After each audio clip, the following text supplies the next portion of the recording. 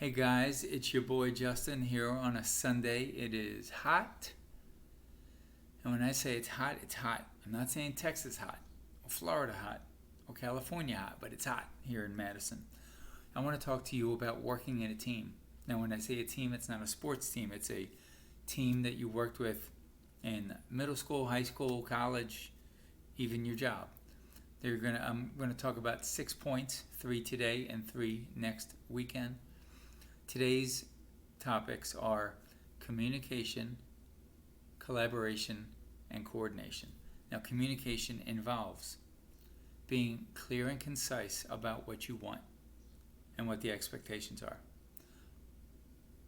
And those set the parameters or the guidelines for what's expected. Next, you're going to have active listening. I've done a video on active listening, and I have done a whole lot more of that in my life in the last 10 years than I did in the previous years, which is wild because I was a special education teacher for 15 years, so I was pretty in tune with what was going on, but hearing and listening are two different skills. You can hear something, but are you listening? Or you can listen, but are you hearing it? Next is to provide feedback. So when you provide and receive feedback, some people get feedback and they're like, oh, whatever, they brush it off.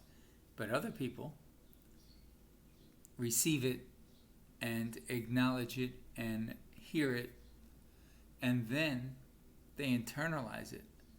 That's very important. And the next is to share information openly. Now, when you're in a group project, each person in your group is going to get a particular part of it that they're going to be held accountable for. There's a person that's going to delegate different parts of the project.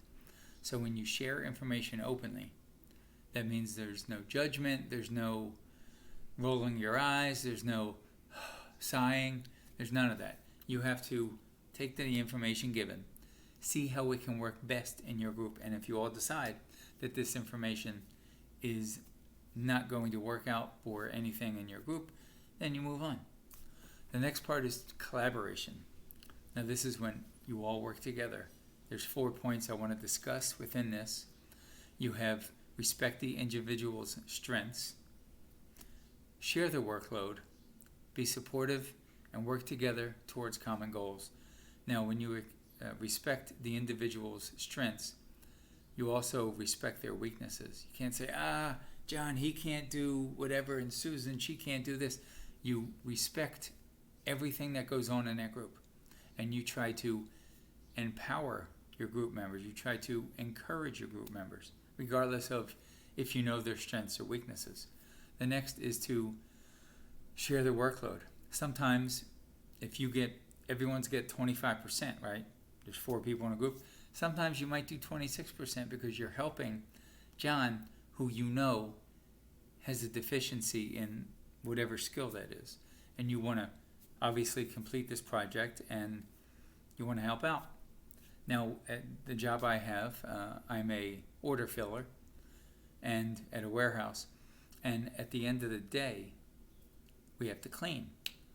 We always check with everybody, say, hey, do you need help over here? And sometimes we do, sometimes we don't. Sometimes we'll just go and clean with that person in their specific area just because. And it's very good, it's very healthy, and it encourages everyone to work together, which you should be doing anyway. Be supportive. Like I said, encourage, empower, and you acknowledge that person. You say, you know what, John? You did great today, and here's even more you can do to become better at what you're doing. That's empowering people with knowledge and telling them they did a great job. Encouragement. And it has to be organic and it has to be authentic. It cannot sound corporate. It has to come from within. It can't be outside. It's got to be inside. It has to come out and be real. And people know when you're BSing with them. And the last part is to work towards common goals. Obviously, at the top of your list, you have a goal that you want to reach. Your end game / outcome.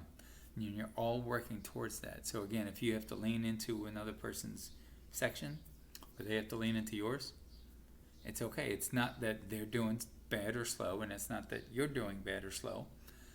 It's just, that's what we do. That's what we're doing.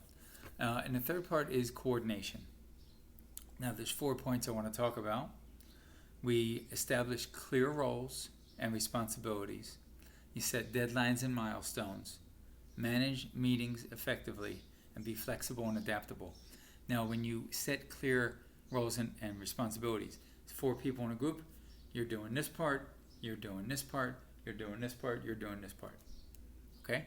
You each take your role, your responsibilities as law, and you do the best, damnedest good job you could possibly do. You take whatever section of your project and you knock it out the ballpark. Hit a granny, or a Schwarbomb, as we say in Philly. The next is to set deadlines and milestones. Now, these are obviously, I'm not saying time sensitive, but a project usually doesn't take more than a day or two, depending on what it is and the extensive workload that's going into this particular project. Some projects could take a day. Some, take time over time. And if you have something like that, you break it down. You take, if there's 4 parts, obviously you're going to focus on one part, then the next part, then the next part, then the next part. But you focus in on that one part and make sure it is done to the best of your ability, the best ability of your teammates or your squad, and you make sure that everybody has done their part for that section. Next, you manage the meetings. You want to have I don't want to say an agenda, but actually an agenda is good for meetings. So when you break down the meeting, you don't go off the rails, you don't go have sidebar conversations. You go down the list and you talk about each of those and you give it a minute, 2, 3 minutes, whatever it is, and you make sure that everyone understands what has happened so far and where we're heading. And the next is just to be flexible and adaptable, because guess what? Life happens. Okay? Life happens. So just be flexible, be adaptable, and that's what life is all about anyway. The only thing that's constant in life is change. So when change comes, go with change. So on that note, I'm going to peace you out, and you guys have a blessed weekend.